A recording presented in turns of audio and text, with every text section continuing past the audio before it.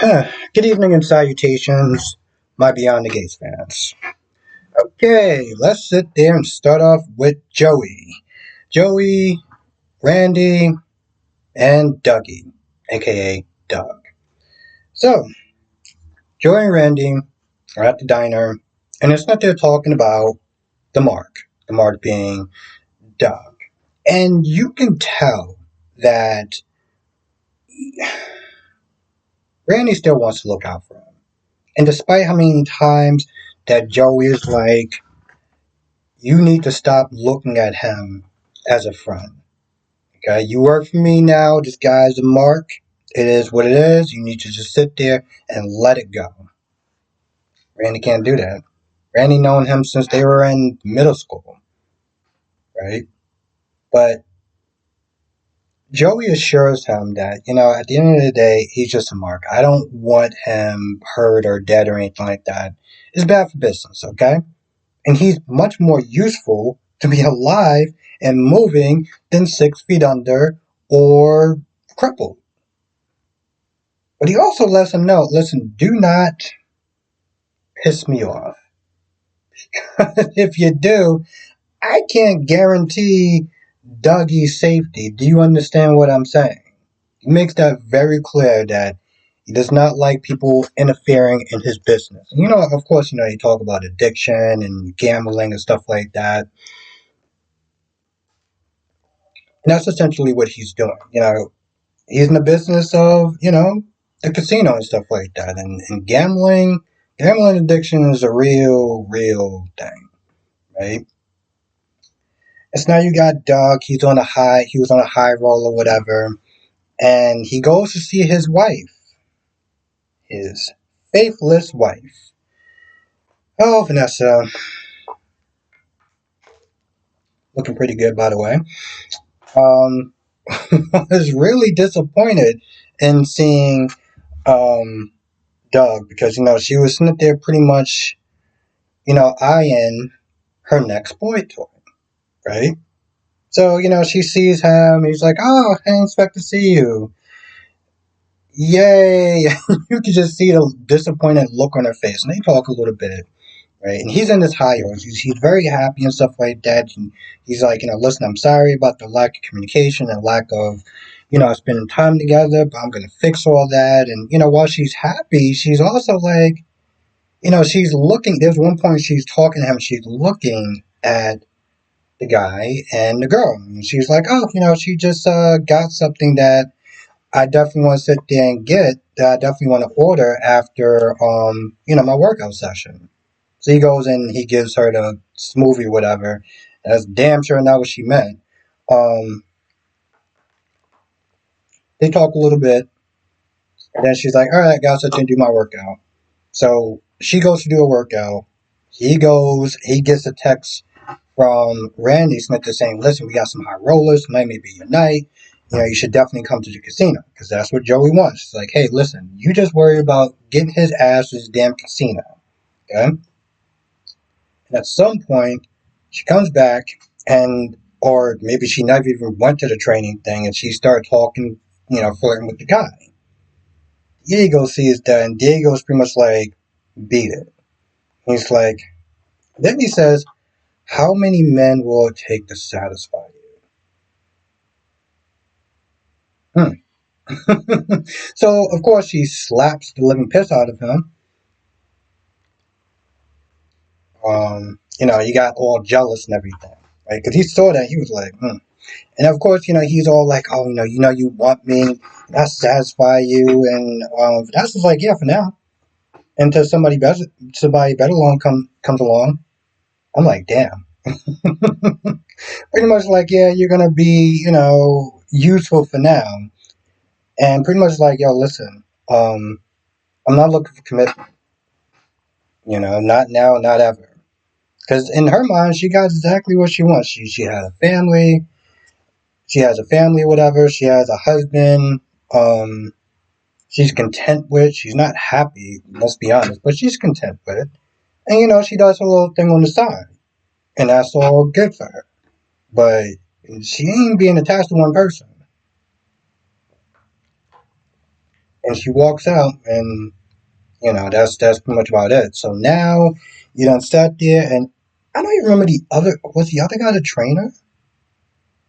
The guy in the beginning, was he just somebody, her last person that she was not there messing around with? I don't even remember.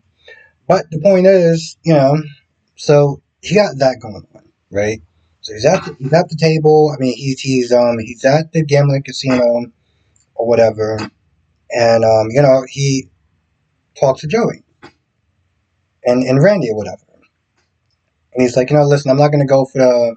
Joey's like, listen, we got some high rollers over there. Might want to sit there and try to hit up. I think it was Randy that said that. And Doug was like, nah, I don't know about that. I'm gonna sit there and start off small. Joey's like, no, no, no, no, no. I can feel the luck inside of you pretty much. He pretty much goes him to go for the high roller table. What happens? Goes for the high roller table, and he loses some money. Right? He's like, well, listen, Joey, I'm sorry. I'll find a way to sit there and pay you back. And Joey's like, no, don't worry about it. I got you. I feel it. I feel it. I feel it. Got this. So he goes back to the table. He's seeing Randy. He pretty much like, yo, listen, I'm gonna put that idiot in the debt so much that I will own him pretty much for the rest of my life. That's his essentially what it's saying. That's not what he said verbatim, but essentially he's like, I want to make sure I put him in so much debt that he's going to be begging for mercy when I'm done. And of course, Randy sees that and he's like, you know, again, he makes it clear to Randy, yo, listen, you interfere, that's your ass. Do not play with me. He has a bad reputation.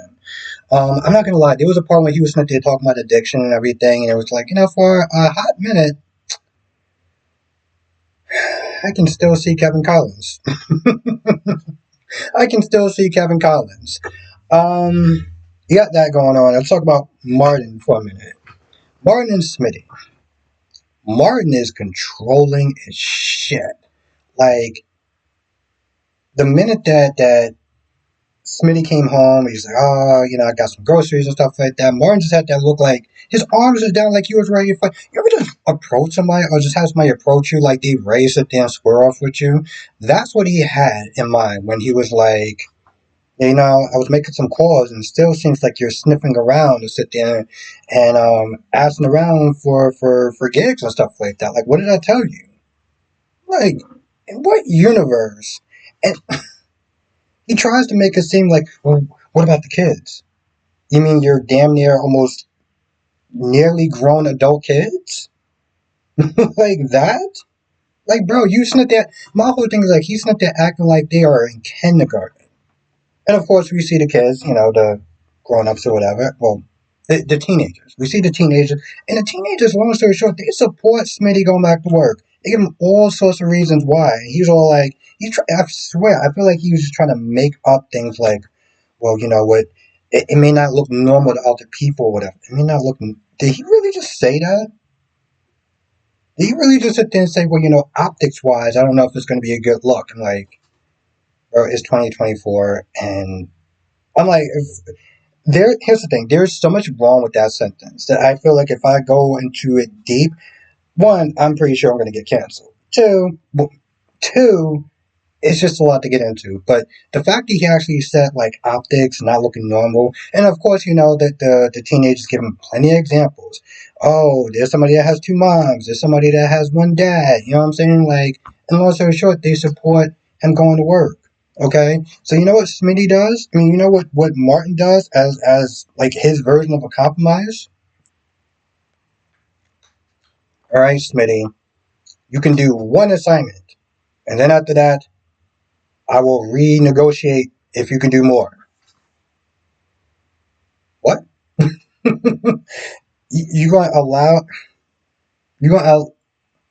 You're allowing him to just do one assignment, and then if he's comfortable with it, then you can do more. And you know what Smitty does? He pretty much thanks him. That's not a relationship right there. I don't know what that is, but that's not a relationship. You got to sit there and ask your partner if you can go back, if you're allowed to go back to work. Like, seriously, what kind of barbaric shit is that? And of course, at some point, he starts having these nightmares again. You can hear the sounds. It's like it's cars or other. I know it sounds like there's a car, and at first I thought I heard like pew pew shots, or it sounded like somebody was getting hit. And of course, he wakes up, and Smitty's there, and the kids go down there to sit there. Well, the teens go down there to sit there and check on him and everything. Um, and there's a point where after he says, it's fine, you can go, and you can do one assignment. Oh, thank you so much. They're all like laughing and hugging and everything like that. And I guess it's supposed to sit there and show that he does have a caring side, right?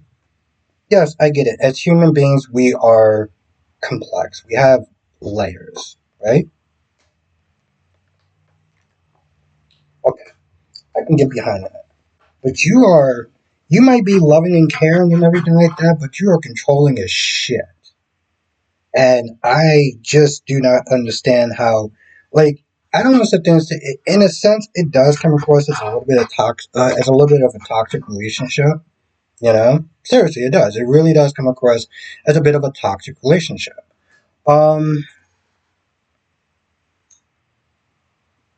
Eva Smith there being the super assistant to Nicole, even giving her some advice and pointers and stuff like that about the speech, working on the speech and everything like that. And so afterwards, she decides to leave because Andre shows up, and she gets in a text and a call from Leslie. Now she gets home, and Leslie is just like, the way that Eva Smith did talk about Nicole, like how she admires her in a sense, and she's even working on a speech and helping with this and helping with that. And she's very proud of the work that she's doing, right? And Leslie's like, yeah, that's cool. So what you saying? And there's a point where she's like, they talk about exposing the both. Well, she talks about exposing the both of them at this gala, at this award ceremony. He was not cool with that. He was like, hey, listen, I get it. Ted, he walked away. You want to sit there and go after him, that's fine.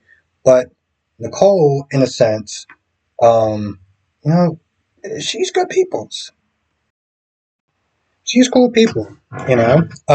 So I mean, we really don't have to sit there and go that hard at her, right? Leslie's like, so what you trying to say? I mean, almost sounds like you've been drinking a little bit too much of the Kool-Aid. You still part of the plan, right? You still part of the plan, right? Now, he was like, yeah, she got a DNA, she got a DNA sample of Ted Straw. So it's like, hey, listen, we got the proof or whatever, so we good. Now she wants to sit there and expose. She still wants to sit there and expose him at the gala, but he was like, the test is not going to be ready yet. We want to sit there and do this right. Well, so it's like, okay, fine. When she leaves, she calls up somebody and she's like, I need a favor. She's going to rush those test results so this way she can make sure she can expose. I mean, she's such a terrible mother in a sense because it's like, hey, listen, I get you being upset with Ted. You felt like you got used and thrown out for a better mother. But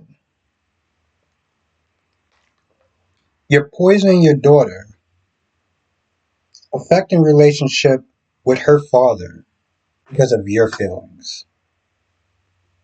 I mean, that's just messed up. It is so messed up, seriously. Um, and I think the last scene is the Ashley Andre scene of Andre Smith there taking pictures of her and then saying that he has a collage of pictures of her. Like, that's not creepy whatsoever. Flirting with her and everything like that. Like, she don't have a man. And then Derek comes in and he got burned and he got injured or whatever saving a cat.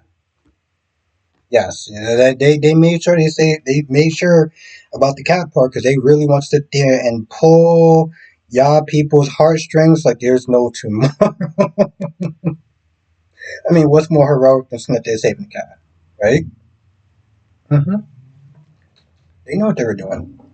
So that happens, right? and he seemed like he's suffering a little bit of memory loss or whatever, or he's joking. I can't tell at this point. But he's hurt, and there's a point where she's outside, and Andre's up there comforting her, saying, "Don't go to the worst case scenario. It's not that bad. He's going to be lying down for a couple of days, just to make sure that she doesn't freak out and start putting her mind into like worst case scenarios, because there was a point where he did that. You know, the whole what happened to his parents. So he's just being there, being supportive, and being a friend and everything, which is cool. But like we all know that he has ulterior motives, right? So you got that going on.